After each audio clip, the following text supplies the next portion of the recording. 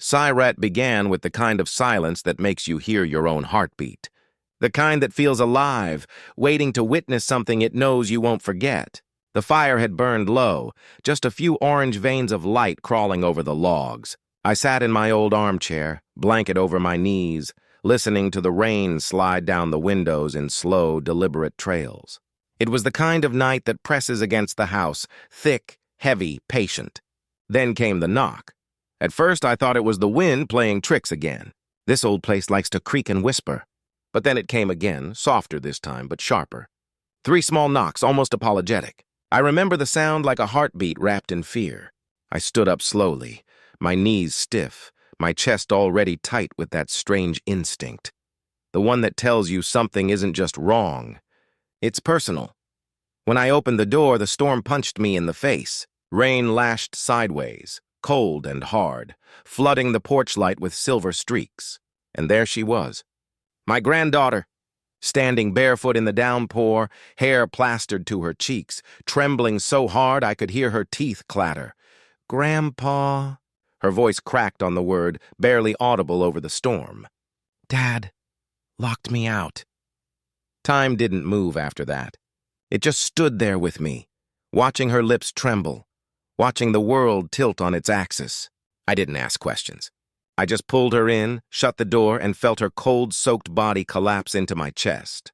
Her heart was hammering against my ribs. I wrapped the old wool blanket around her shoulders and led her to the fire, where her small shadow flickered against the wall like something fragile, almost breaking.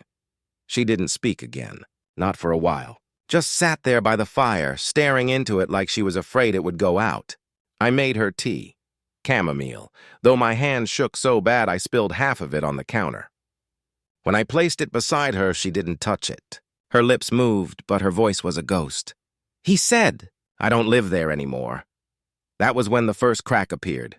Not in her voice, not in the room, but in me. A soundless fracture, deep and wide. I turned away so she wouldn't see my face, because anger like that isn't meant for children. I went to the window. Outside, the rain looked endless.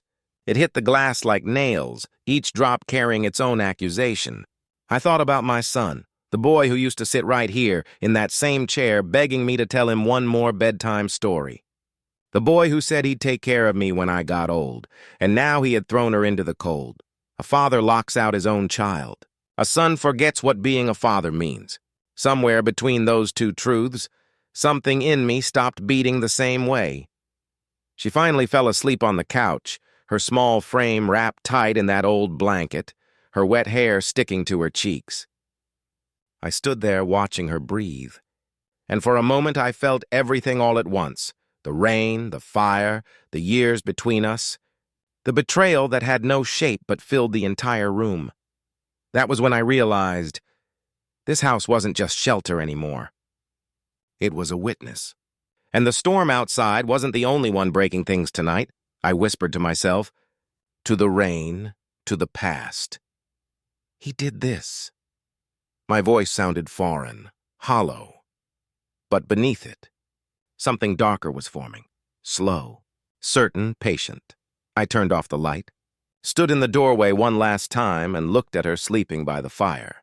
Then I looked out the window, where the rain blurred the world into moving shadows. "He's not my son anymore," I murmured. And the storm answered back. Morning didn't come gently. It crawled into the house like a stranger, dragging a pale gray light that made everything look older, quieter, colder. I barely slept. My mind kept replaying the image of her on that porch. Bare feet, soaked hair, those eyes full of something too heavy for her age. Every time I closed mine, I saw her father instead. My son, standing behind that locked door, doing nothing. When I finally rose from the armchair, my back ached, and my heart felt like stone. The clock on the mantel ticked slow and loud, as if it wanted to measure every regret. I walked to the kitchen and started the kettle, though I didn't really want tea. I just needed the noise. The whistle filled the silence, but it couldn't drown out the thought. He locked her out. I told myself there had to be more to it. Maybe an argument gone wrong. Maybe a misunderstanding. Maybe she had run out and he panicked. I clung to excuses like rope, even as I felt them slipping through my hands. Because if none of that was true, then I'd have to face the other possibility. That the boy I raised had turned into something unrecognizable. When I turned back toward the living room, she was awake, curled up on the couch, eyes open and staring at the fire as if she hadn't blinked all night. Her face was pale, her lips dry. I brought her a cup of warm milk instead of tea. She didn't touch it. "Did you sleep, sweetheart?" I asked softly. She nodded, but I could tell she hadn't. Kids lie when they're trying to protect you from pain, the same way adults lie when they're trying to protect themselves. After a long silence, I said, "Do you want to tell me what happened?" Her eyes didn't move from the flames. "He got mad," she whispered. I said something. I don't remember what. He told me to go upstairs, but I said I wasn't scared of him anymore. Then he told me to get out. Her voice broke on those last two words. "The kind of break you don't fix with time?" I felt my throat tighten, my breath slow. "Did he hurt you?" I asked, barely managing to keep my voice steady. She shook her head, then paused. Too long. "Not this time." I sat down beside her, my hand trembling as I placed it gently on her shoulder. She flinched, not from fear of me, but from the memory of him. That small motion said more than anything words could. In that moment, something inside me hardened. Not just anger, that comes and goes. No, this was something older.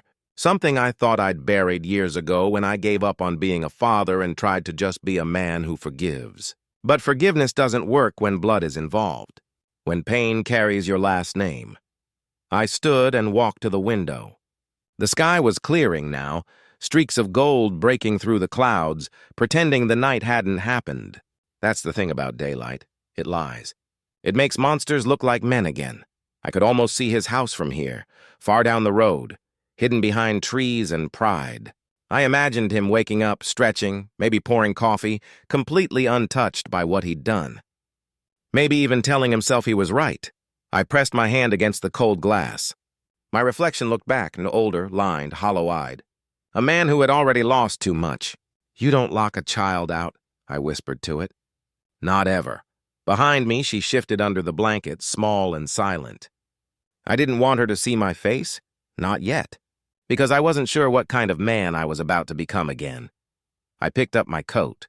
The decision wasn't loud. It was quiet, simple, like a door clicking shut. I said, "Stay here. Keep the fire going." She nodded sleepily, unaware that those would be the last calm words I'd say that day. As I stepped outside, the wind caught my coat like a warning. I didn't lock the door behind me. The road stretched ahead, slick with last night's rain. Every step I took echoed with the same thought, not words, not even anger. Just one pulsing truth beating through my chest. A father doesn't lock out his child, but maybe a father can lock out a son. His house looked different in daylight. Smaller somehow, like shame had shrunk it overnight. The grass was uncut, the curtains drawn, the driveway empty except for the truck I'd helped him buy. Years ago when he said he wanted to start over. Funny thing about starting over, you can't if you bring the same heart with you. I didn't knock. Not at first. I just stood there, listening to the faint hum of the refrigerator inside, the occasional thud of footsteps upstairs. The world felt too calm for what had happened last night. Too normal. I raised my hand and knocked once, hard enough to wake guilt if it still lived here. The door opened slower than it should have. He stood there in a gray t-shirt, hair messy, eyes tired, holding a coffee mug that said, "World's Best Dad." I almost laughed. Almost. "Dad," he said, surprise flickering across his face. "What are you doing here?" My voice came out lower than I expected. "You tell me." He frowned, glancing past me toward the road. "Is she with you?" "She's safe," I said. "Inside. Warm." He looked relieved for half a second until I added, "You left her out there." His jaw tightened. "She pushed me, okay? She talks back. She don't." My voice cut through his excuses like a blade through rope. "Don't you dare make this about her." He sighed, rubbing his forehead. "You don't understand, Dad. You've always taken her side." You don't see how disrespectful she's become. The things she says, I don't care what she said. I stepped closer. You don't lock your child outside in the rain. Not ever. Not for a minute. Not for anger. Not for pride. His nostrils flared. You think you were a saint raising me? You yelled, you hit walls, you left for days when Mom died? I never locked you out. My tone was flat, final. I never left you in the dark. He opened his mouth to argue, but something in my eyes must have stopped him. I saw it, that flicker of fear.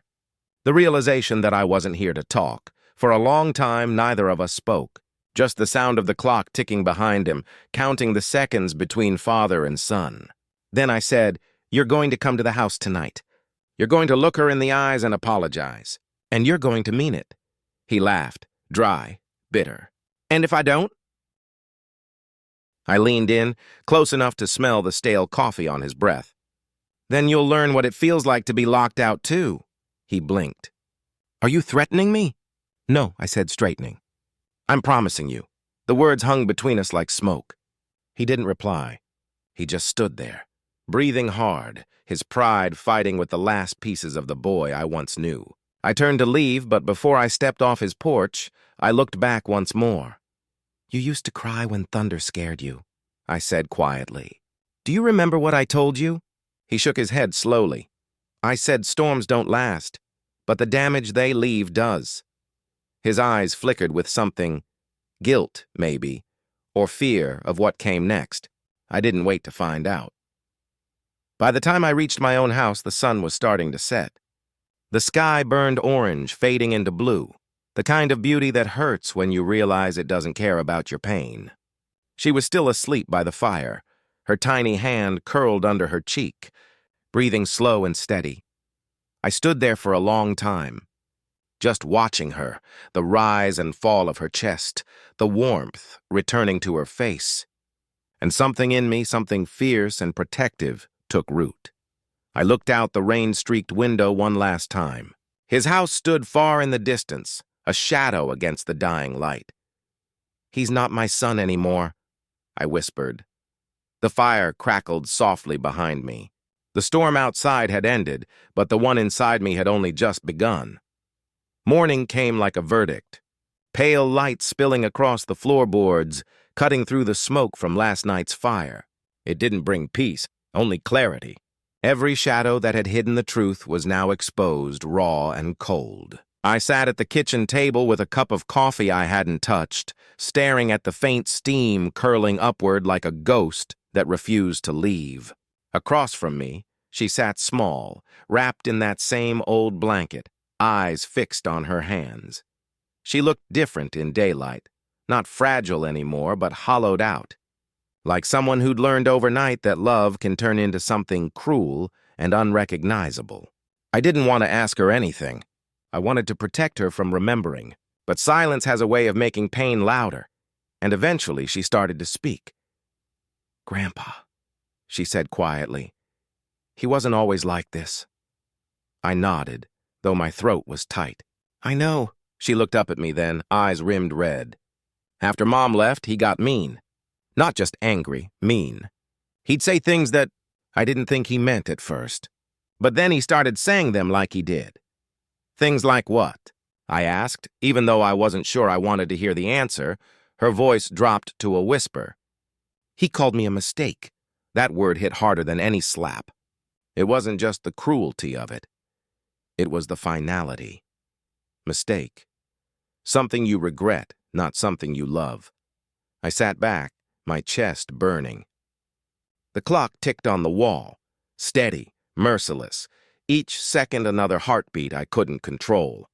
I tried to find words, something gentle, something to make her believe she wasn't what he said, but nothing came. Just the sound of rain dripping from the roof, the last echo of the storm outside trying to find its way in. She went on, her voice trembling. He has someone new. She doesn't like me around. She says I'm a problem. He listens to her.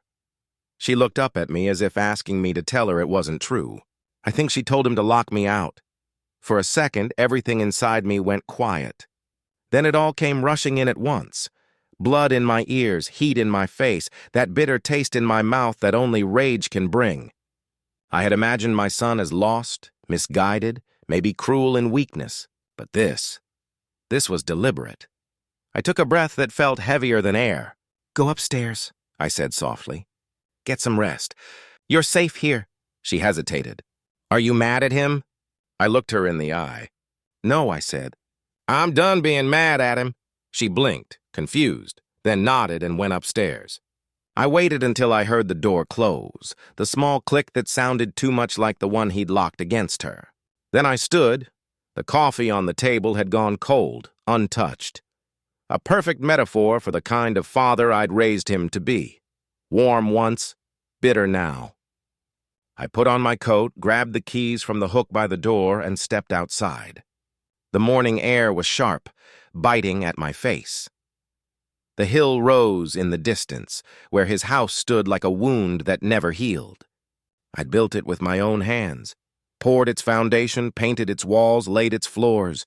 Every nail in that house carried a memory of who we used to be, and now it was where my bloodline was rotting from the inside out. I started the truck.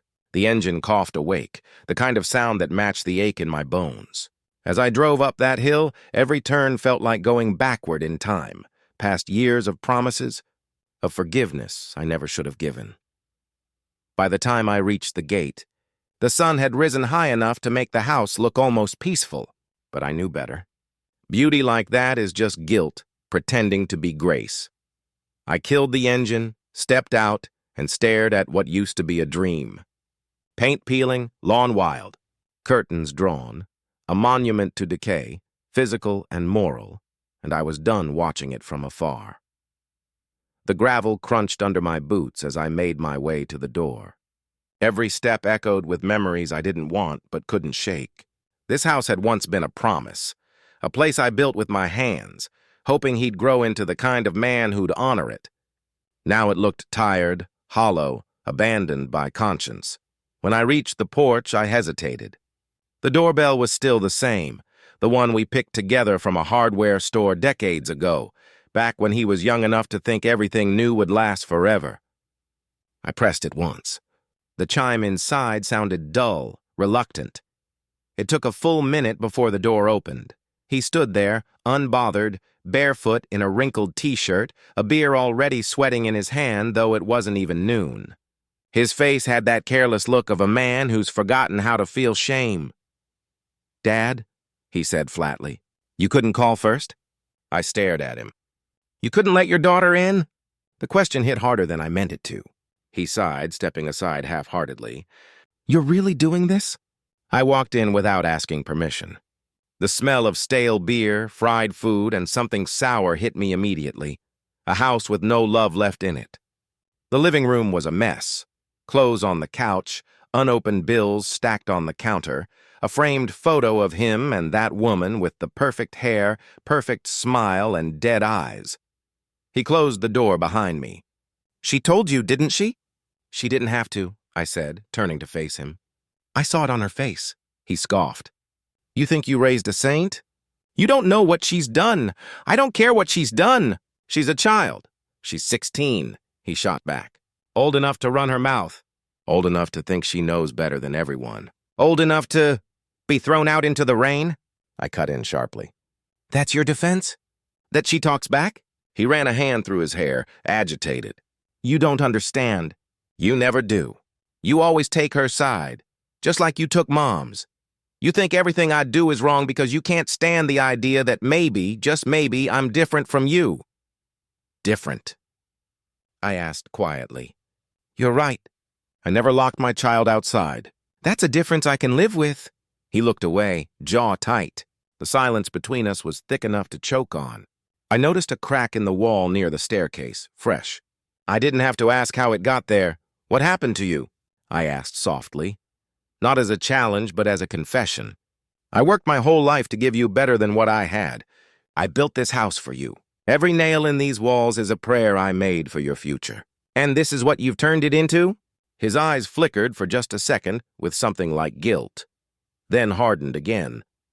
"You think money fixes everything, Dad? You built a house, not a family. You never understood people, only rules. And now you're judging me for doing what you did, trying to survive. Survive? I repeated. By hurting your own blood? He took a slow sip of his beer, then smirked. She's not as innocent as you think. That line, that smirk, they did something to me. Something irreversible. I took a step closer. Say that again, he shrugged. She lies. She manipulates. You think she doesn't play you, old man? She's good at making people feel sorry for her. I didn't realize my hand was clenched until I felt the sting of my own nails in my palm. Careful, I said, my voice low. You're talking about your daughter. He smirked again. And you're talking to your son. No, I said quietly. I'm talking to a stranger standing in my house. That made him laugh. Short, bitter, joyless. Your house? You gave it to me, remember? I looked around at the decay, the filth, the emptiness. No, I said. I only lent it to you. And maybe it's time to take it back. His face shifted. Anger, confusion, something in between. What's that supposed to mean? He asked. It means, I said, stepping past him toward the door. You'll see soon enough. I opened the door, and the light from outside spilled in. Sharp, golden, merciless. I paused in the doorway, hand on the frame. You used to follow me up this hill when you were little, I said softly. You'd race ahead and say, I can see the whole world from here, Dad. He said nothing. I turned halfway, just enough for him to see the fire still in my eyes. Now you can't even see yourself. And then I left. The sunlight outside felt too bright for what was brewing inside me. The drive down felt longer than the climb up. Maybe it was the weight pressing on my chest, or maybe it was because every turn on that hill carried a memory I didn't want to look at anymore. I built that road too, gravel and sweat, laid stone by stone so he'd have an easier path than I ever did. Funny thing about easier paths. They make people forget what it cost to pave them. When I reached the bottom, I didn't drive home right away. I parked by the overlook, the one where you can see both the hill and the town stretched out below, like two different worlds. The wind carried the smell of rain and pine. The clouds above the hill had started to gather again, soft, gray, pregnant with another storm. Maybe nature was kinder than I was. It still gave warnings. I sat there for a long time, engine off, keys dangling from the ignition. My hands rested on the wheel, calloused, trembling slightly. Not from fear, but from restraint. Every part of me wanted to turn back, to grab him by the collar, to make him feel what I felt when that little girl stood shivering on my porch. But that would have made me like him. Loud, cruel, reckless. And I've spent my entire life trying not to be that man. Still, as I looked up at the hill, a different kind of idea began to take shape. Quiet, clean, deliberate. A thought that didn't need shouting. I'd raised him wrong once by forgiving too easily. This time, I'd teach him the kind of lesson that doesn't fade with time. I turned the keys, the old truck rumbling back to life. The sound was grounding like thunder before the strike. As I drove home, the weight of the morning settled into something sharp, something focused. Vengeance doesn't always come with fire. Sometimes it comes with plans. The house greeted me with warmth again, the smell of soup simmering, the faint crackle of the fire. She was awake now, curled under the blanket, holding one of her old stuffed toys, its ear half torn but still loved. When she saw me, her face lit up for the first time since last night. "Did you talk to him?" she asked, cautious hope in her voice. "I did." "Did he say anything?" "Yes." I knelt beside her, brushing a damp strand of hair from her forehead. He said enough. Her eyes searched mine. "You're not mad anymore?" I smiled faintly. "Mad? No. Mad is easy. I'm something else now." She frowned slightly, not understanding, but she didn't ask again. Children have a strange wisdom about silence. They can feel when words aren't safe. I kissed the top of her head and stood. As she drifted back to sleep, I looked around the room. The photos on the wall, the worn-out armchair, the faint outline of the life I'd built from nothing. This house had seen everything: love, loss, forgiveness, and now something new: resolve. I went to the study and pulled open the drawer that hadn't been touched in years. Inside was an old folder, edges curled, papers yellowed with time. Property records, mortgage deeds, bills, the bones of my past. I laid them out on the desk carefully like tools before surgery. There it was, the document I needed. My name on every line that mattered. The house on the hill wasn't his, not legally, not truly. I had never transferred the final ownership. He'd forgotten that in his arrogance. I ran my finger over the ink, feeling the texture of control returning under my skin. All these years I thought letting go was strength. Turns out, sometimes holding on is the only way to protect what's left. Outside, thunder rolled again, faint but certain, a promise of rain. I looked toward the window, toward the hill barely visible through the mist, and whispered, "You built your kingdom on my ground, son, and now the ground's about to move." The sound of distant thunder filled the silence that followed, slow, deliberate, inevitable. And for the first time in years, I felt calm. Not the kind that comes from peace, but the kind that comes from purpose, the kind that waits. The nights started small. A scrap of paper tucked under a loose floorboard, a line I couldn't let go. I began to write like a man learning to keep time with a new clock.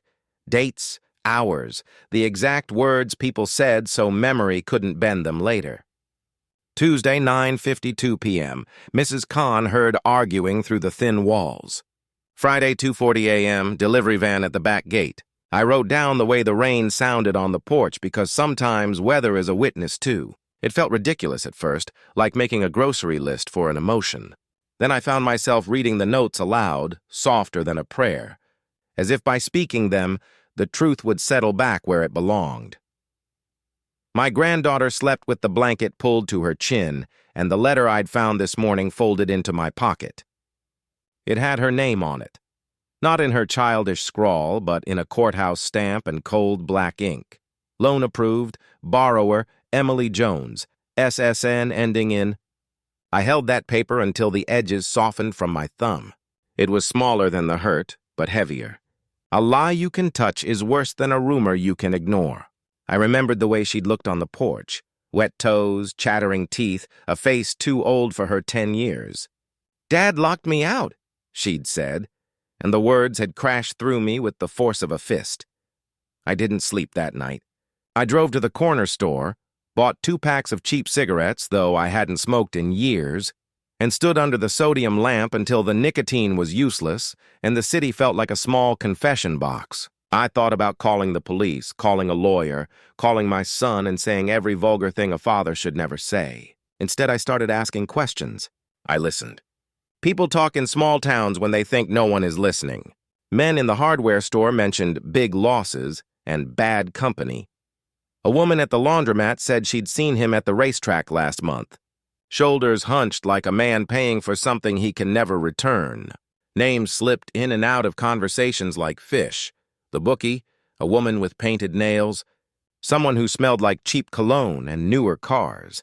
The details assembled themselves into a shape that made my stomach cold. Gambling, fake signatures, borrowed names. The proof when it came felt anticlimactic and monstrous at once. A photocopy from a bank tucked in an envelope left at my door. My name on it, alongside Emily's, a signature I hadn't made, but that matched one I'd signed for a loan 30 years ago when I took the truck to fix the roof. Forgery has a smell, the faint chemical trace of ink, the sterile chill of paper cut too clean. I held it up to the light until the lines blurred into the curtains and understood, with the slow, hard certainty of a man remembering how to be angry, that the betrayal had been made legal. Was I too soft? The question sat beside the kitchen table like an extra plate I hadn't asked for. I saw him as a child sometimes. Small shoulders under a worn coat, his laugh like coins clinking, the way he'd fall asleep with a spoon in his fist after supper. I had held him on my shoulders through storms, promised the world with a thumbs up and a crooked grin. Did that soft-voiced mercy spoil him? Did forgiveness teach him to take? I caught myself mapping blame back to me, as if cruelty could be explained by a gap in my parenting instead of chosen by a man who knows right from wrong. The mirror doesn't lie in the dark. It only shows the light you point at it. When I finally stood before it, the skin under my eyes had settled into tired valleys. My reflection looked like someone who had learned to keep secrets and then lost his taste for them. I propped the photocopy on the bathroom counter and stared until my face and the splotchy black letters became the same thing. The man in the glass blinked as if to say, "Decision on the next move." I didn't answer. I started making a list not of what I'd lost, but of what I still had. Deeds, receipts, old friends who knew the difference between payment and promise. I folded the paper and tucked it into my jacket. The night outside felt less like a blanket and more like a stage cue, a signal that action was overdue. Continue? Part 2, the small town remembers favors longer than it remembers debts. I drove to people I hadn't seen in years, men whose hands still smelled faintly of oil and wood, the ones who'd learned loyalty before convenience. At the back of O'Malley's, by a stack of rusted nails, he greeted me with the old nod, the same quick recognition that bypassed the awkwardness of our last argument. "You look like you've been hauling the world," he said. I told him I needed to know if his boy had been mixing with the wrong sort. He didn't ask why. He just pointed to a name, Ricky Marlowe. A few doors down, across from the dentist's office, someone else offered a timing. Late-night visitors, foreign license plates. The town stitched a map for me with gossip and grudges, and the seams led to places with bad lights and worse intentions. I called another man, Tom Reyes, who used to work with me tearing down old porches and setting up new ones. He answered on the second ring, his voice like gravel. "I heard about your girl," he said, and the way he said it carried both sympathy and apology. He hadn't called sooner because sympathy takes time to settle when you're watching your own life. Tom mentioned a debt collector he'd seen around town, and then he offered something else, a memory of me doing what had to be done. You think people forget? They don't. They remember who stood when others sat. "I'm not trying to start trouble," I told him. "I want peace." He laughed, brief and knowing. "Peace sometimes breaks your hands." I didn't ask him to help with anything violent. I asked for contacts, for small favors, watchful eyes, a friendly nod in the right direction, someone who could keep an ear where my ears couldn't reach. The old network creaked awake like a machine warmed for use. I felt both ashamed and steady at the same time, like a man who knows the rules and chooses to bend them for the right reasons. Every night, I drove past the house on the hill and let the headlights sit on the gate until my coffee cooled. Watching him through rain-streaked glass, I saw how comfortable he'd become. The porch light would flick on, the TV glow bleeding through curtains, the shape of a man moving without hurry. It made my hands clench until my knuckles whitened on the steering wheel. I thought about going to the door and saying everything I felt, the old truth and the new accusations. But words are often lighter than consequences. I wanted a result, not an argument. I wanted my granddaughter to sleep without looking over her shoulder. I wanted the arrogance in his posture to be replaced with something quieter, something that would teach him not with humiliation but with understanding. At home, Emily would watch me pack a thermos or scribble on the yellow legal pad and ask questions with the bluntness of children. "Are you mad at me, Grandpa?" she asked once, head cocked like a bird listening for a song. The tenderness of her voice stopped me in my tracks. I've been angry at younger men for less. I knelt and took her small, damp hand, feeling the soft calluses of childhood, a fist that still fits in mine. "Never at you," I said, and I meant it. Only at what some people become. She didn't understand everything, but she heard the tone and let me hold it for her. That night she slept closer to the fire, blanket pulled up to her chin, and I watched the slow, even rise and fall of her chest like a metronome keeping time with my resolve. There were choices to make that weren't violent but required the same resolve. I double-checked deeds, reading lines of fine print the way a reader studies a face for truth. My name showed where it needed to. The loan documents with her name scrawled ugly and small were wrong, illegal, and, importantly, traced. The bank stamp had an address that matched a P.O. box used by a shell company. The ink led to a man who wore charm like a suit and spent other people's trust like loose change. I wrote the name down and underlined it. "Ricky Marlowe," I whispered into the dark like a vow. I left the legalities with a lawyer I trusted and kept the practical work for myself. Watchful cars, a polite phone call to a number that handled debts, an anonymous tip to someone who could slow a loan's progress. That night I sat in the truck again, rain making silver veins down the windshield, and I breathed until I could feel the edges of myself. The plan was not complicated. It was careful. It required patience more than fury, a quality I'd once thought I didn't possess. I pictured the look on his face when the first domino fell, not rage, but the softer, stranger thing, comprehension. Would that be enough? To teach him to look at a child differently? Maybe, maybe not. But I could not carry on letting fear be the language between us. I started carrying cash in a hidden pocket, small sums placed in accounts and trusts in a way that would protect Emily without making her the center of town gossip. I met with a lawyer who moved with the efficiency of someone used to cleaning up messes. "You want to avoid explosions," he said, and I agreed. Explosions make heroes into criminals and children into collateral. I wanted correction, not catastrophe. The lawyer smiled in a way that said he'd done this before, and I nodded because sometimes you have to hire professionals to lower your blood pressure. As the week thinned, details clicked together like gears. A delivery van that shouldn't be on his street turned out to be a conduit for cash drops. A man at the bar with a chipped tooth answered to the name I'd scribbled in the margins. The town's whispers bent toward the truth if you listened long enough. I didn't celebrate. There was nothing to celebrate. But there was an economy of momentum now, a low-voiced machine in motion that would do the one thing I wanted most: make him see the damage he had already done. In the truck, the heater hummed soft and steady. I watched the house through a veil of rain and time and said the words out loud to myself. A promise, an accusation, a prayer. "You won't see it coming." The sound of my own voice felt foreign and inevitable all at once. Continue? Part 3. The nights grew longer as if the world had decided to stretch itself thin and let me walk along the edge. I kept a ledger now, not the quick notes, but a careful log with dates, names, times, little translations of neighbors speak into things a court would care about. I taped photocopies of faded receipts and the forged loan next to my calendar. The paper looked absurd pinned to the wall under a magnet shaped like a rooster, but it was proof, and proof is a hard thing to be angry at. I learned how to read the pauses in people's sentences. When Mrs. O'Leary said, "He's been meeting with some people," there was a weight behind it. When the kid at the deli said, "They call him Ricky," he didn't mean for it to land as a map for me. It did. Guilt is a private animal. It sits in your lap and refuses to leave because you fed it once and now it expects it every night. I let it sit. I asked myself if years of quiet kindness had given him license to take. Maybe I had forgiven too easily when his mother left and when the bills grew larger than we could swallow. Or maybe people just become clever at hiding the dark things inside them. The mirror offered no absolution.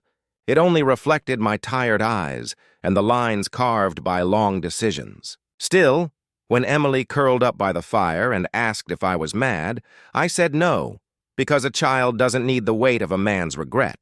She needs hot soup and a steady hand. She needs bedtime stories and someone who will fix the crooked fence in the morning. The rest was my work. I visited others who remembered me for a different reason than fatherhood. Men who had seen me on building sites, who'd learned to swing a hammer like a man who knew where truth met wood. One of them, Roy, sat across from me at the diner with a coffee that had gone cold. He was a big man whose temper had narrowed with age into something useful. Caution. "You thinking of doing what you did with the factory?" he asked, and I felt the old heat in my chest. The factory was years ago, a time when justice was blunt and the consequences public. I told him what Mrs. Kahn had said, what the photocopy screamed. He didn't flinch. He pushed a napkin to me and said, "You're not looking for trouble, John. You're looking for peace." His sentence landed differently than mine had sounded in my own ears. Peace, not trouble. I folded the napkin and tucked it into my vest like a flag. Plans formed out of small legal things. The lawyer found a way to freeze certain assets tied to the forged loan. A quiet call from someone with a badge nudged a ledger into public view. Neighbors who once closed their curtains at our name began to notice slow changes. Small notices on the door, a man from the bank asking polite questions, an inspector with a clipboard taking measurements. I did not go to war with shouts and threats. I moved pieces on the board quietly, with patience, like a man placing each brick where it would matter most when the house settled. There were nights I wondered if I had become him. I checked my hands for the smell of other men's sins. They still smelled faintly of sawdust and old glue, my trade. I slept with my jacket on sometimes, the fabric heavy with errands, my phone lighting the dark with numbers and names. I drove the routes a dozen times, listening to whispers, to the creak of doors, to the careless laughter that used to be mercy. Each route taught me a face I'd have to meet, the judge with a poker face, the clerk who liked neat files, the neighbor who'd testify about the late-night car. The town became a chessboard, and I, unwilling though I was, relearned the moves. When the final domino was in place, it felt like nothing at all, a soft click and the world rearranged itself.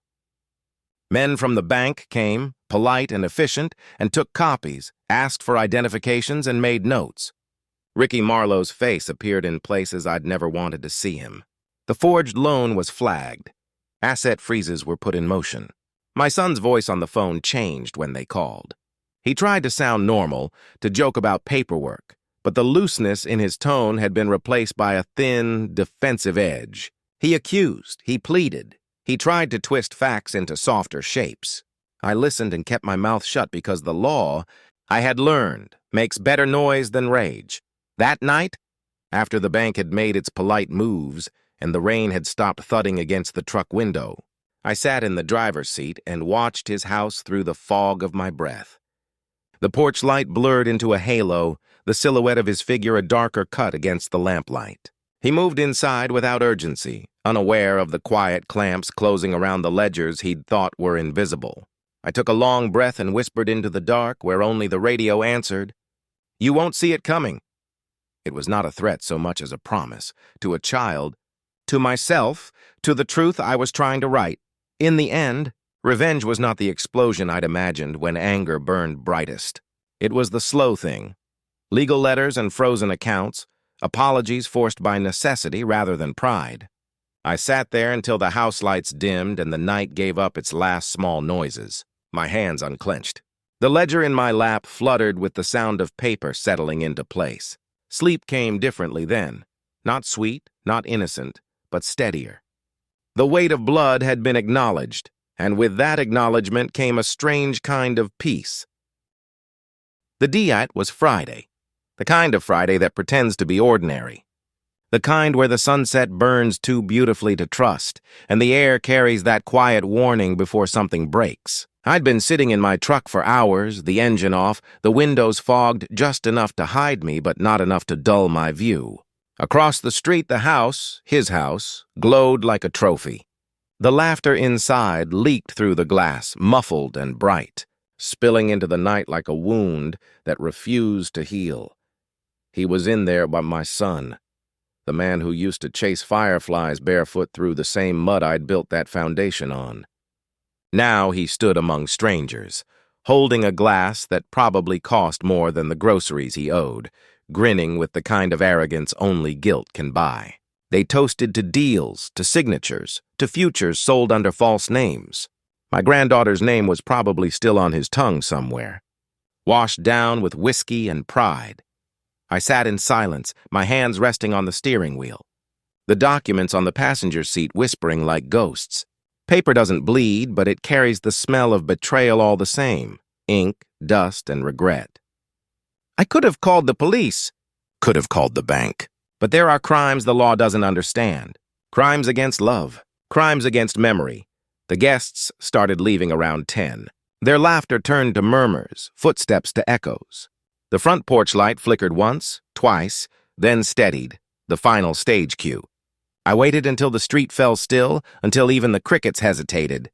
Then I opened the door. The cold hit first, and that sharp slap of night air that reminds you you're still alive. The mud under my boots clung tight, as if the earth itself wanted me to think twice. But thinking had done me no favors. Each step up the hill felt heavier than the last. My breath came slow, steady, controlled. The folder was tucked under my arm, protected from the drizzle like something sacred. When I reached the porch, I paused. Through the window, I saw him, alone now, half drunk, counting papers on the table. He looked small, not in body but in spirit. The kind of small that comes from a man realizing too late that he's traded blood for convenience. I knocked once. He didn't answer. I knocked again, louder this time. When the door swung open, he looked surprised. Not guilty, not afraid, just irritated. "Dad, what the hell are you doing here?" The sound of his voice almost broke me. "Almost. We need to talk," I said. "Now. It's late."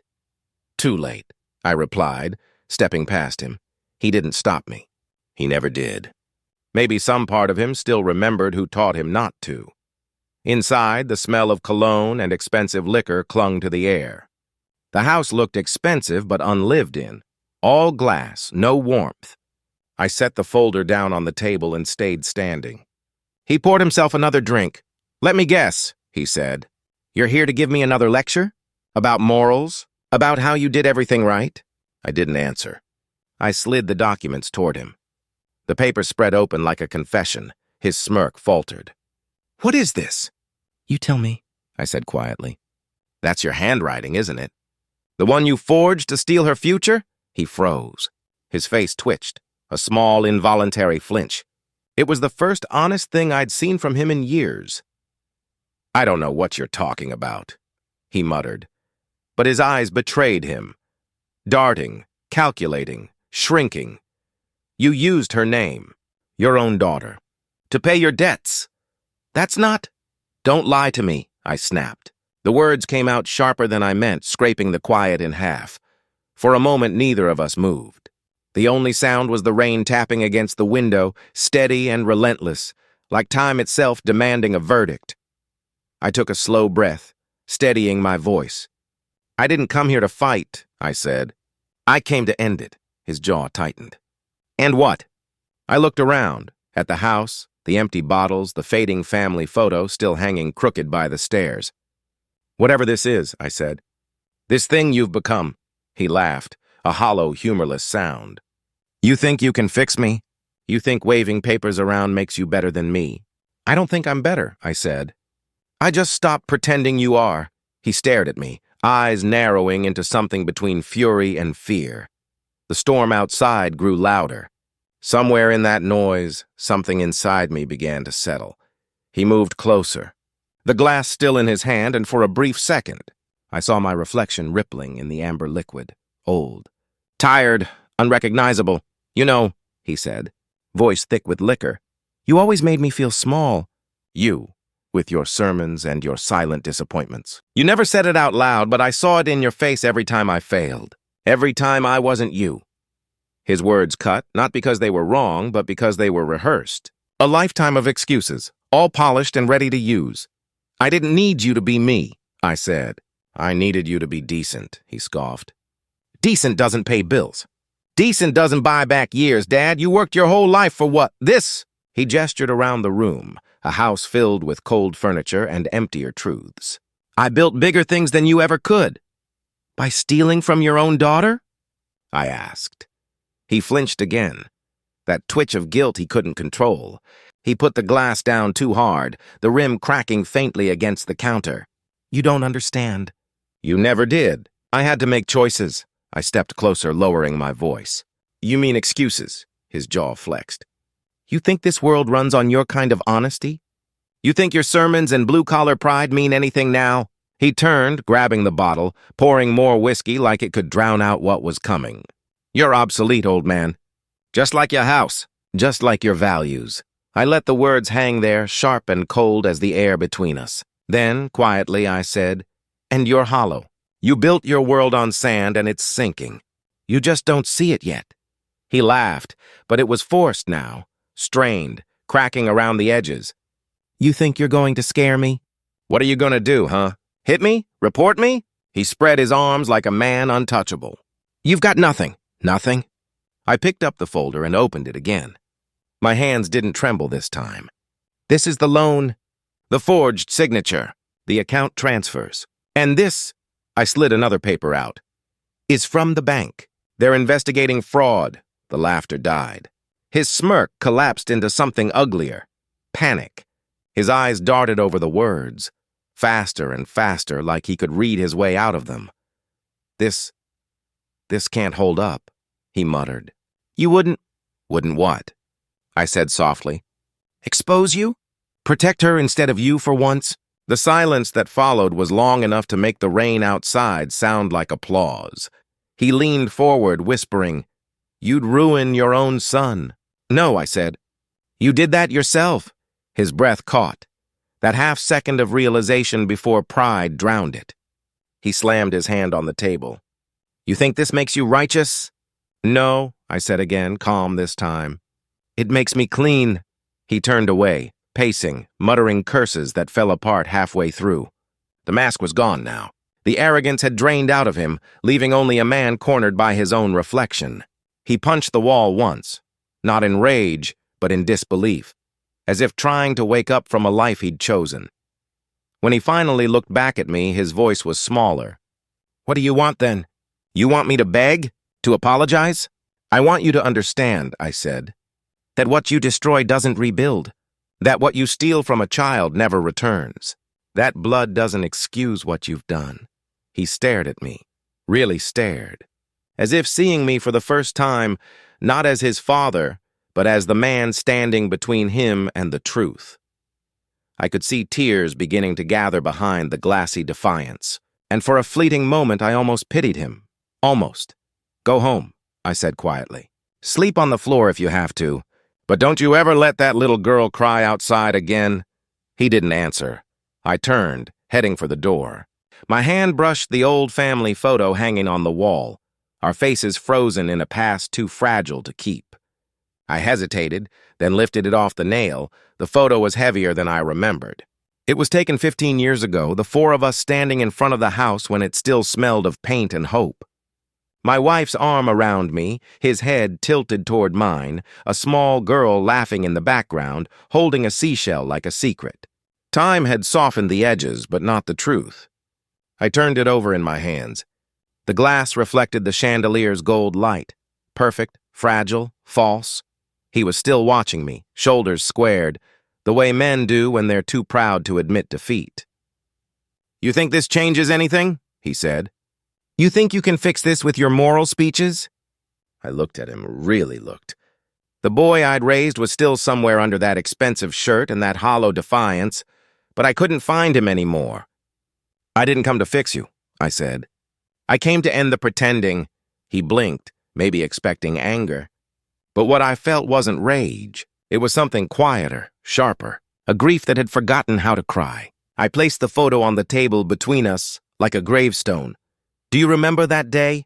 I asked. He didn't answer. His eyes flicked to it, then away.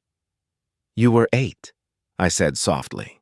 You told me you wanted to build something that would last forever. He swallowed, looking down at his drink, his silence louder than anything else in the room. Forever, I repeated. And now you're tearing down the very thing that gave you a name. Something in him cracked then, a small, invisible fracture. He clenched his fists, then relaxed them again like he couldn't decide which version of himself to be. You don't know what it's like, he muttered. Carrying your shadow. Your reputation, always the good man's son. People expected me to be you. I couldn't. I never wanted you to be me, I said. I wanted you to be better. He flinched again. The kind of flinch that comes from truth landing too close to bone. You think I don't know what you've been through? I said. I saw it coming, son. The lies, the women, the money. You think I didn't recognize the hunger? I had it too once. The difference is, I learned where to stop. He looked up sharply, the mask completely gone now. His eyes were red, wet, lost. It's too late, Dad, he whispered. They'll come for me. The bank, the collectors. I'm finished. I stepped closer, my voice steady, controlled. Then start again. Somewhere small, somewhere honest, he shook his head. You've ruined me. I felt the words before I heard them. They weren't shouted. They were broken, like glass underfoot. I stared at him for a long, heavy moment. Then I said it, the line I'd been holding in since the night on the porch. "No, son," I said. "You did that yourself." Silence fell like dust. The rain outside had stopped, but the dripping from the gutter kept time. He sank into the chair, hands covering his face, and for the first time in years, he looked smaller than his sins. I turned back to the photograph, the smiling ghosts trapped behind glass. My hand trembled as I lifted it, felt its cold surface against my palm. Then, without a word, I let it fall. The glass shattered on the floor, splintering our frozen faces into 100 glittering pieces. The sound cut through the room like thunder. It wasn't violence. It was release. I stood there for a moment, staring at the shards catching the chandelier's light like tiny knives. Then I said quietly, "Now we can start telling the truth." I walked out into the night. The rain had eased into a soft mist, the air cold and clean. Behind me, I heard nothing. No footsteps, no curses, no apologies. Just silence, the kind that follows a verdict. When I reached the truck, I paused, looking up at the dark sky. My reflection in the window looked older, smaller, but lighter. I breathed in deeply and let it out. For the first time in a long time, I wasn't chasing peace. I was standing in it.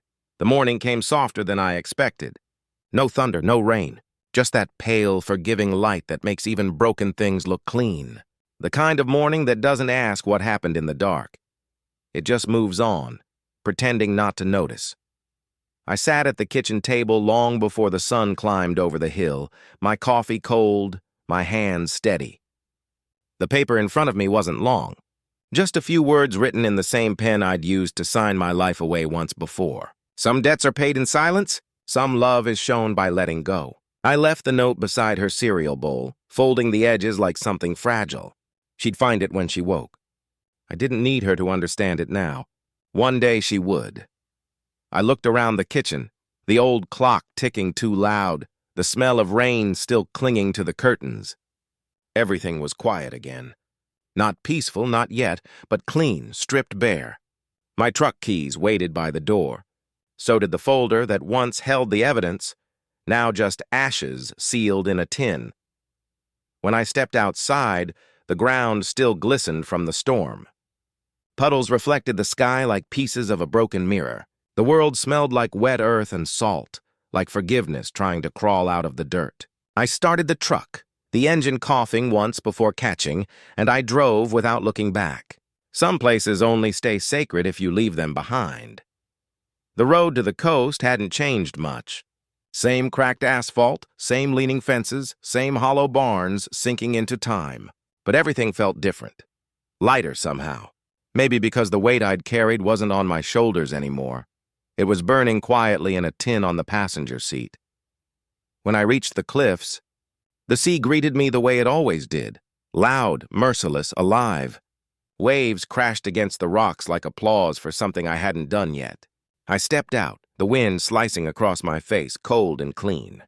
The horizon was clear, a straight line between everything I'd lost and everything I could still save. I carried the tin to the edge, opened it slowly. Inside, the ashes looked like dust, but I could still smell the paper.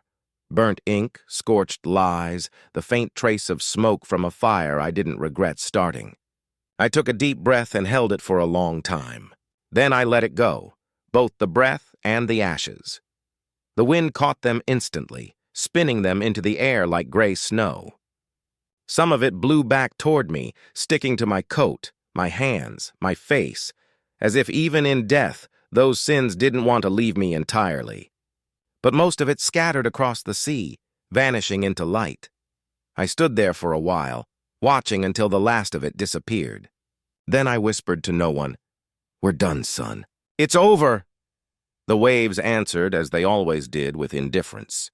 But that was fine. I didn't need forgiveness from the ocean.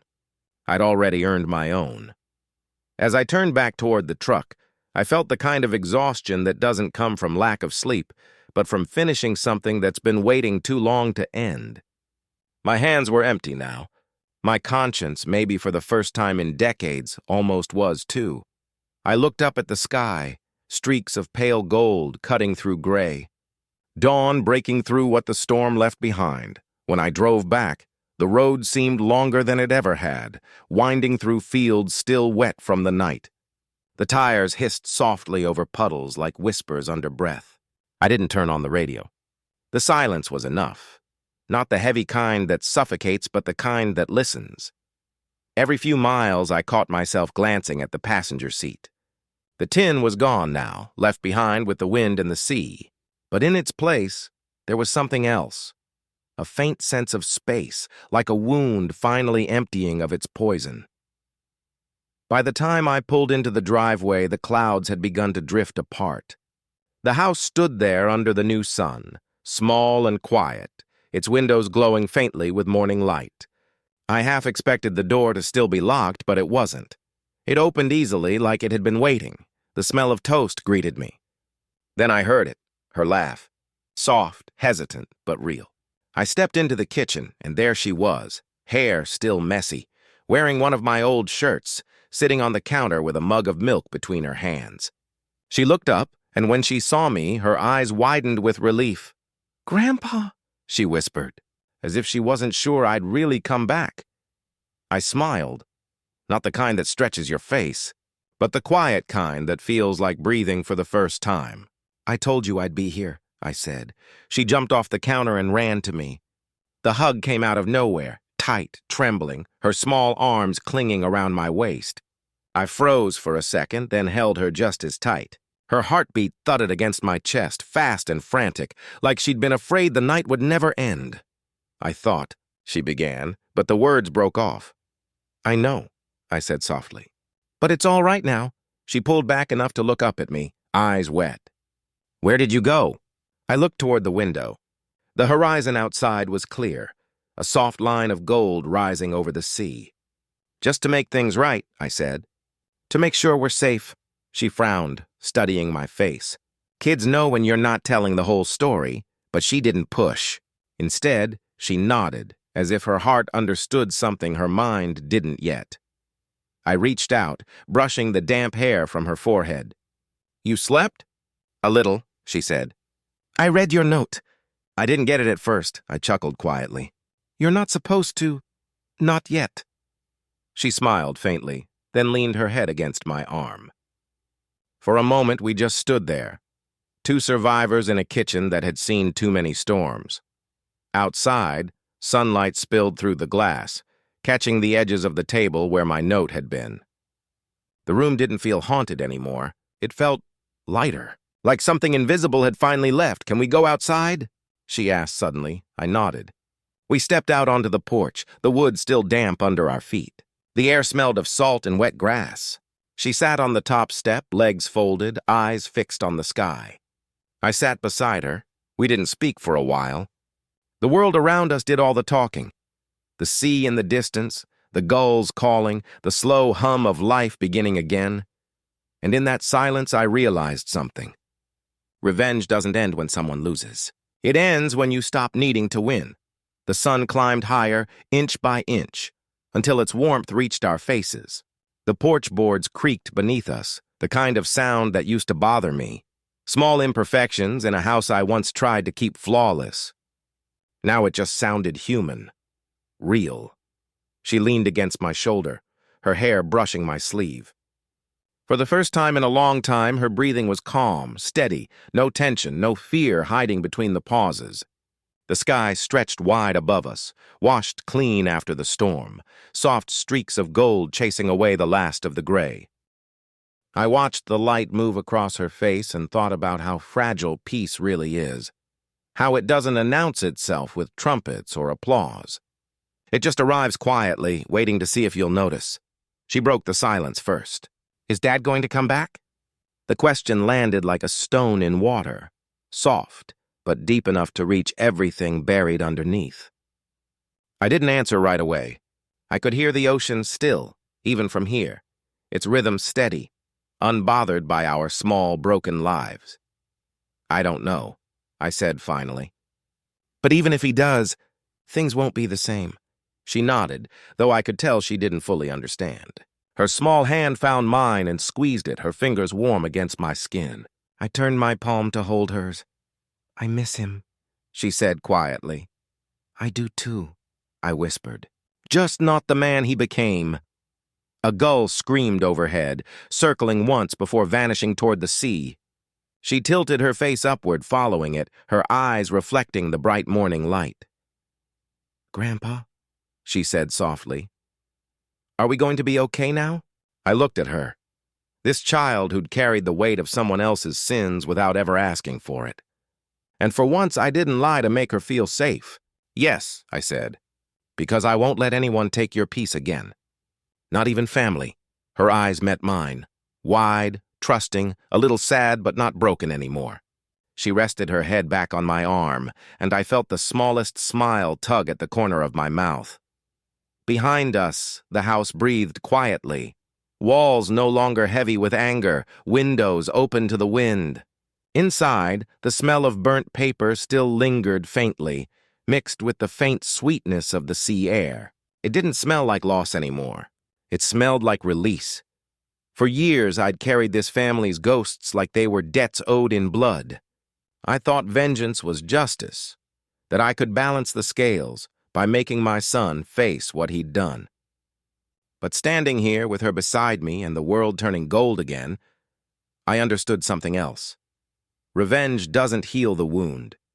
It just stops the bleeding long enough to see what's left of you afterward.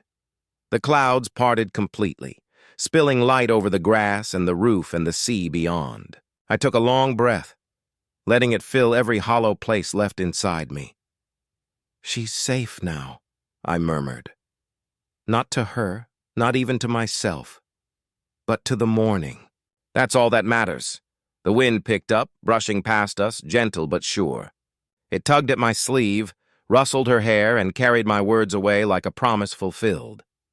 She smiled without looking at me. "It's warm again," she said. I nodded, eyes fixed on the horizon where the sun touched the water. "It always is," I said, "after the storm," and for the first time in a long, long while, I believed it.